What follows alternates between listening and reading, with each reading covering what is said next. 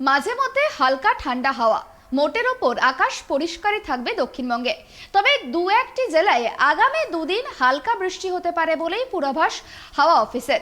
আলিপুর আবহাওয়া দপ্তর জানিয়েছে, আগামী 5 দিন দক্ষিণবঙ্গে শুষ্ক আবহাওয়া থাকবে, কোথাও কোথাও হালকা কুয়াশার সম্ভাবনা থাকছে।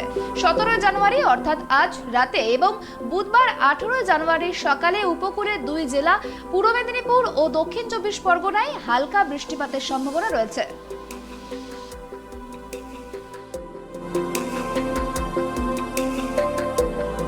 কুয়াশা থাকবে। তাপমাত্রা খুব বেশি পরিবর্তন আগামী 5 দিনের নেই। আগামী 24 ঘন্টায় তো সামান্য কমবে, কোথাও কোথাও 2 থেকে 3 ডিগ্রি মতো কমবে রাতের তাপমাত্রা, কিন্তু তারপর আবার কাল থেকে বাড়তে শুরু করবে। মানে যেটুকু কমবে আগামী 24 ঘন্টায় আবার পরবর্তী কয়েকদিন আবার সেটুকু বেড়ে যাবে। অর্থাৎ সামগ্রিকভাবে আগামী 5 দিনে খুব বেশি তাপমাত্রা পরিবর্তন হবে না, অর্থাৎ ঠান্ডার ভাবটা কমই থাকবে। কারণ বর্তমানে যেটা দেখা যাচ্ছে যে স্বাভাবিকের থেকে প্রায় 3 থেকে 5 ডিগ্রি মতো বেশি চলছে রাতের তাপমাত্রাটা।